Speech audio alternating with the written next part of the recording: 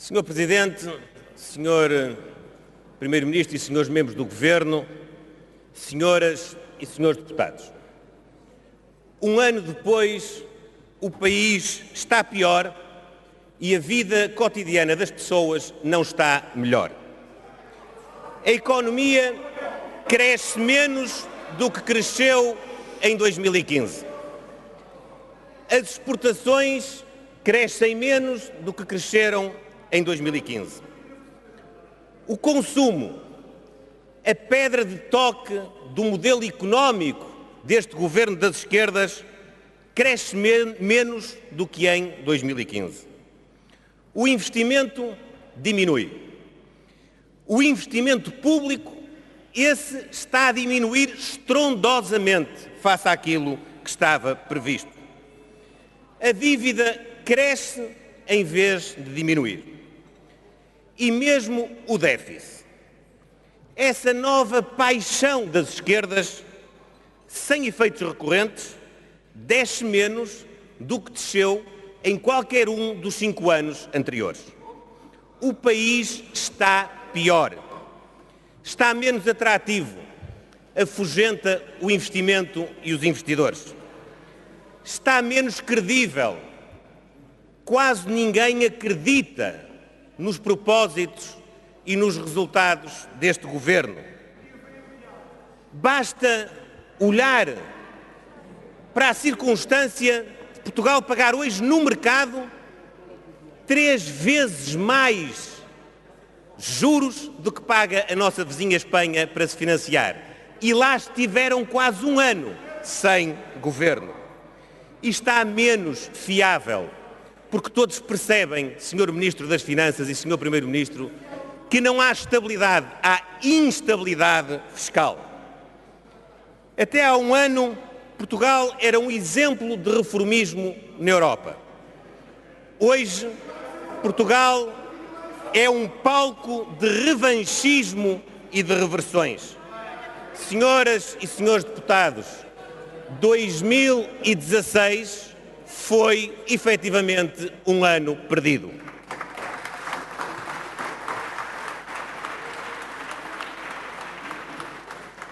Este orçamento, em vez de trazer esperança, repete os erros e prolonga a estagnação do país. Dirão os defensores do governo das esquerdas. Mas nós repusemos mais rapidamente o rendimento das pessoas. A reposição, que começou em 2014 e em 2015, connosco, governo das esquerdas, é mais rápida. As pessoas ficam com mais rendimento disponível, dizem os apoiantes do governo das esquerdas. E nós perguntamos, será exatamente assim? Se assim fosse, não teria havido um choque na procura interna, como previam os defensores do governo das esquerdas e deste modelo económico? Será que no fim de cada dia as pessoas estão verdadeiramente melhor do que aquilo que estavam e da perspectiva que tinham no final de 2015? É certo que o calendário de reposição dos rendimentos perdidos por alturas da situação de emergência foi acelerado. Não há dúvida. Este governo e os seus apoiantes aceleraram o calendário de reposição dos rendimentos que já estava em marcha. Mas temos de perguntar ao país, esta aceleração foi e é a troco do quê? Qual é o preço que a esquerda cobra aos portugueses pela sua generosidade? Em 2015, houve uma reposição salarial parcial. As pensões mínimas foram atualizadas e nenhuma pensão teve corte, exceto aquelas que prefaziam um valor superior a 4.611 euros. Simultaneamente, em 2015, o IRS baixou para as famílias. as autarquias puderam baixar o IMI e baixou o IRC para as empresas. Por acaso baixou a taxa do IRC, mas é curioso, subiu a receita fiscal em sede do IRC. Ou seja, a reposição do rendimento era mais gradual, mas era amiga da fiscalidade das famílias, era amiga do investimento, era amiga da economia e era amiga do Estado Social e do reformismo no Estado Social.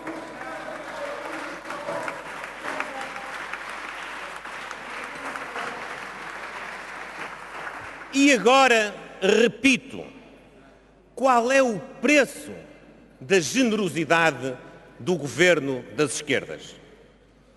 O preço, senhoras e senhores deputados, é um preço alto e é um preço injusto. A austeridade que era transitória e que estava a ser removida vem agora escondida e para ficar de forma permanente. O IRS agravado com a atualização dos escalões, senhor deputado.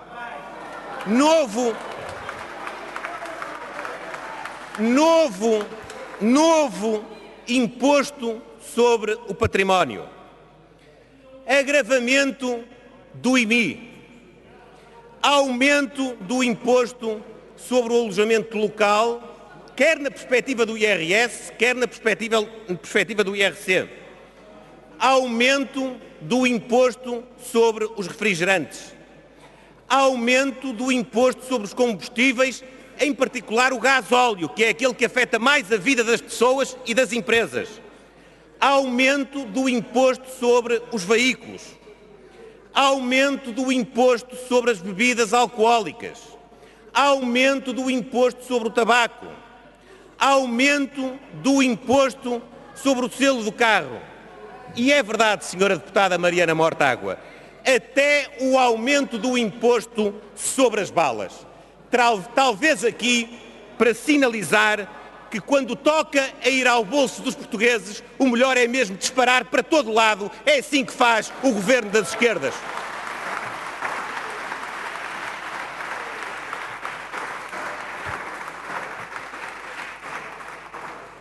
E, senhoras e senhores deputados, para além deste preço ser um preço alto e um preço injusto, ainda sobraram e sobram truques e habilidades.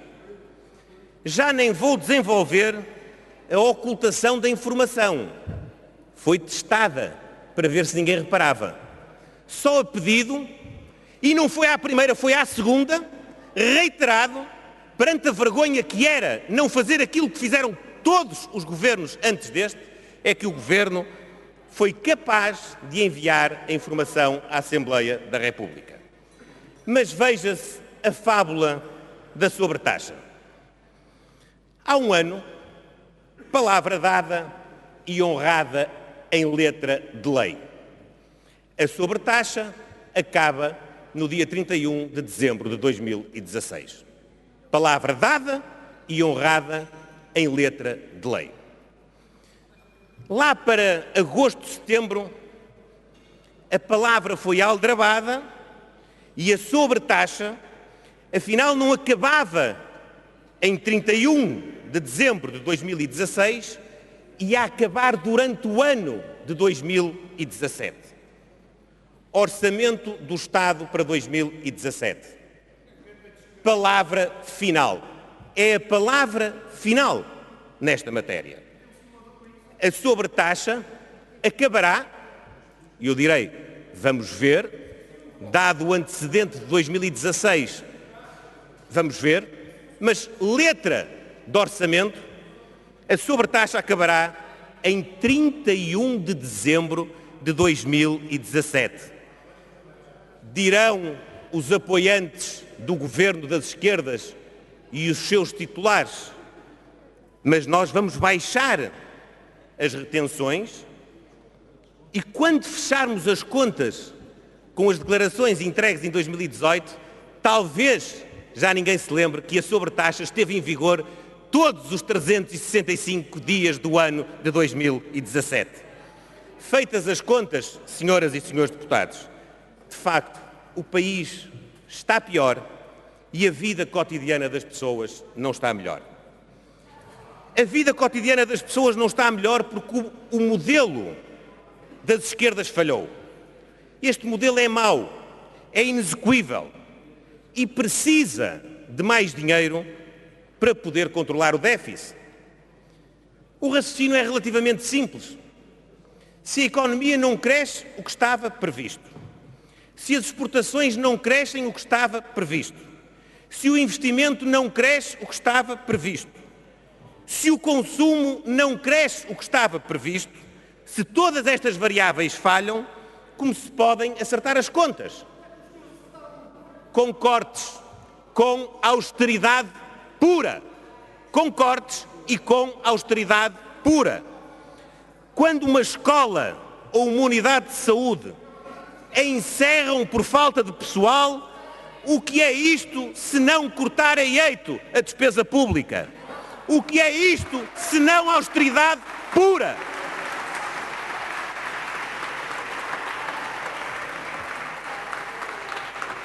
Nem nos tempos da emergência, nos piores tempos de sacrifício, aconteceu que fechassem escolas e unidades de saúde porque não havia pessoal. É verdade, senhores deputados, é verdade.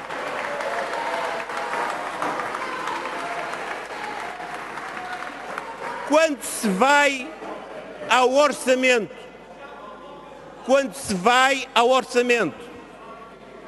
para a construção e a manutenção das estradas. Sr. Deputado Luís Montenegro, os seus Estados não se importam de criar condições para o Sr. Deputado Luís Montenegro continuar? Faz favor, Sr. Quando se vai ao orçamento para construção e manutenção de estradas e se retiram centenas de milhares de milhões de euros que significavam obras necessárias e reclamadas, com o intuito de acertar as contas que falharam antes, o que é isto senão austeridade pura? Quando o metro tem, nas palavras de ministro, azar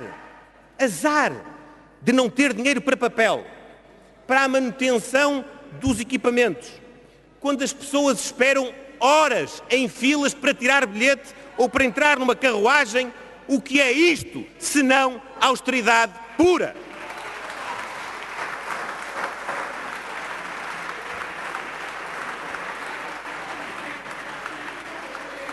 Quando os fornecedores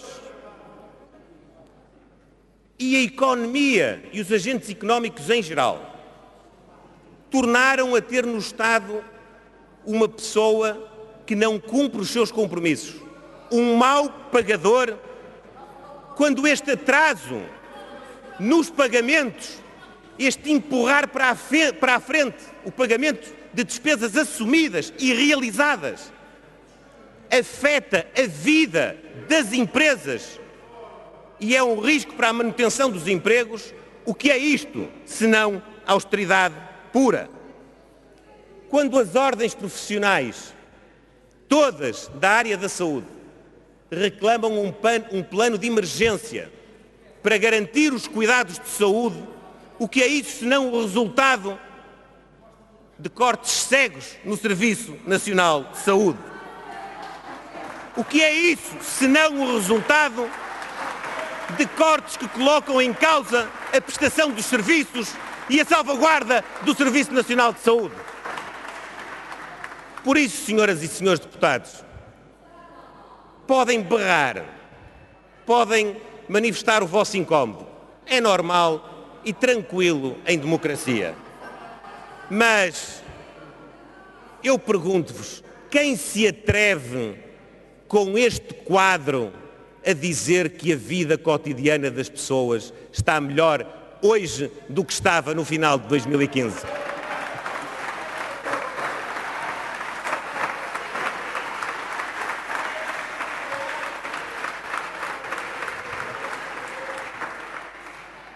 E como dizem os brasileiros, cadê os arautos do Estado Social?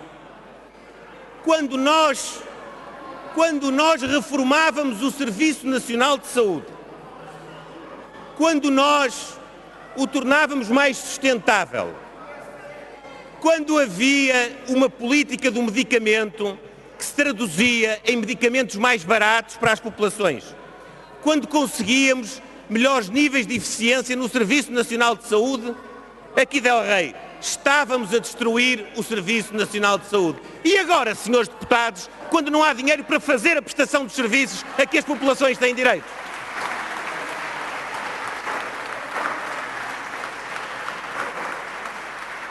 Quando reformamos a educação, quando levamos rigor e qualidade, quando levamos rigor e qualidade à escola pública, quando adequamos os meios à realidade. Diziam os arautos do Estado Social, estão a matar a escola pública. Então e agora que as escolas não abrem por falta de pessoal, o que é que os senhores estão a fazer à escola pública?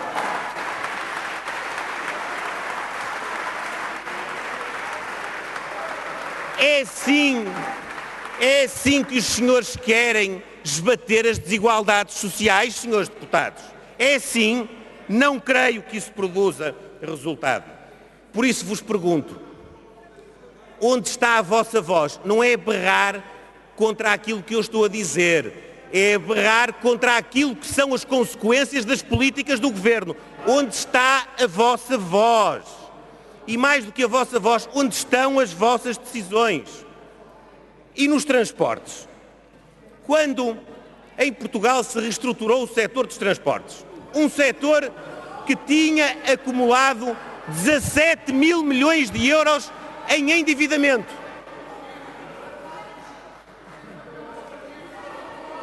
Querem que eu diga mais devagarinho? Eu digo mais devagarinho. Quando, em 10 anos de governação quase sempre socialista, o sistema público de transportes acumulou 17 mil milhões de euros de endividamento. Depois da reestruturação que foi feita, em 2014 e em 2015 teve resultados operacionais positivos, coisa que não acontecia. Os senhores diziam que nós estávamos a dar cabo do serviço público de transportes.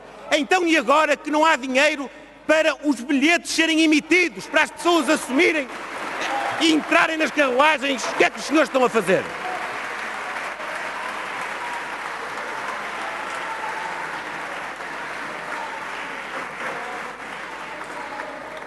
Pois é, senhores deputados, nós é que éramos os neoliberais.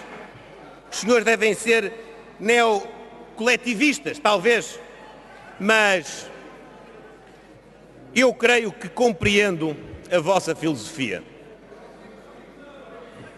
Eu creio que os senhores deputados olham para isto, olham para a dificuldade das pessoas e pensam, é a nova máxima do governo das esquerdas. O povo que aguente. É caso até para concluir. Com o colapso dos serviços públicos, a deputada Catarina Martins assobia para o lado, fala dos ricos para desviar a atenção e diz ao Bloco, aguenta. O deputado Jerónimo de Sousa faz de conta que não vê e diz à CGTP, temos de aguentar. E Costa, António Costa, Primeiro-Ministro, diz ao Partido Socialista e aos outros parceiros, digam aos portugueses, aguentem. Só assim nos podemos aguentar nós também no governo. E se alguma voz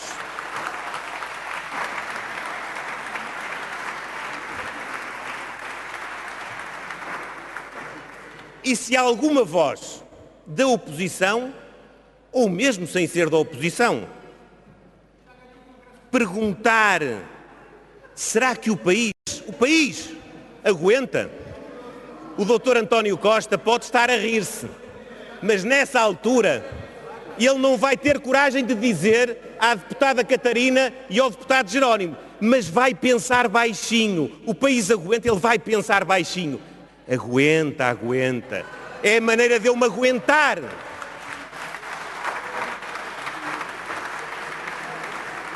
Mas, Sr. Primeiro-Ministro, senhoras e senhores deputados, é verdade que não são os únicos. Não são os únicos a assobiar para o ar.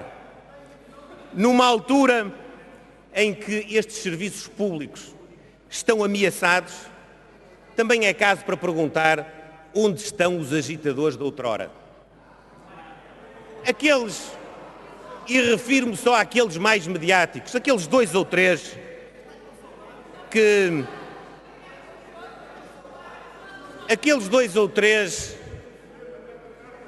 que representam alguns sindicatos nada politizados, esses agora, apesar de serem sindicalistas, estão de greve. Esses sindicalistas estão de greve.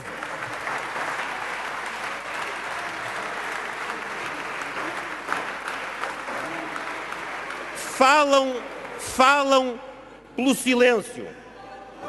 Calam porque consentem. Senhoras e senhores deputados, este orçamento, já o dissemos aqui hoje, é eleitoralista, é injusto, tem mais austeridade e prolonga a estagnação e a agonia da economia. Olha-se para este documento e pergunta-se para onde vamos. Olha-se para este documento e pergunta-se como é que o país vai criar mais riqueza. Olha-se para este orçamento e pergunta-se como é que o país vai esbater as desigualdades sociais que tem ainda e muito assinaláveis. Olha-se para este orçamento e pergunta-se como é que o Estado vai garantir o Estado social. Como é que vamos fixar os jovens e como é que lhes vamos dar uma oportunidade? Como é que vamos atrair investimento? Que reformas vamos fazer para tornar o país mais competitivo, para tornar a administração pública mais eficiente, para sermos mais competitivos na Europa e no mundo? Que esperança vamos dar às pessoas para que elas nos ajudem e se mobilizem para desenvolver a nossa sociedade? Estas são as perguntas que se colocam a este orçamento, mas este orçamento, infelizmente, não responde a nada disto. Este orçamento é mau para Portugal. Ele é bom para aqueles que se preocupam e só querem aguentar.